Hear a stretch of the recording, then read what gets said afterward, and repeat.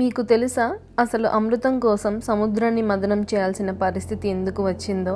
ఒకసారి దేవతల రాజైన ఇంద్రుడికి తన శక్తి, ఐశ్వర్యం పైన చాలా గర్వం వచ్చింది. అయితే ఒకరోజు దుర్వాసన మహర్షి ఇంద్రుడికి ఒక పుష్పమాల ఇచ్చాడు. ఇంద్రుడు ఆ మాల విలువ తెలియక తన ఐరావతం మీదకి విసిరేస్తాడు.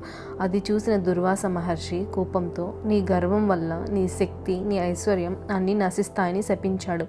అంతే, దేవతల శక్తి తగ్గిపోయింది. అసురులు బలవంతులయ్యారు. దేవతలు యుద్ధాల్లో ఓడిపోతున్నారు.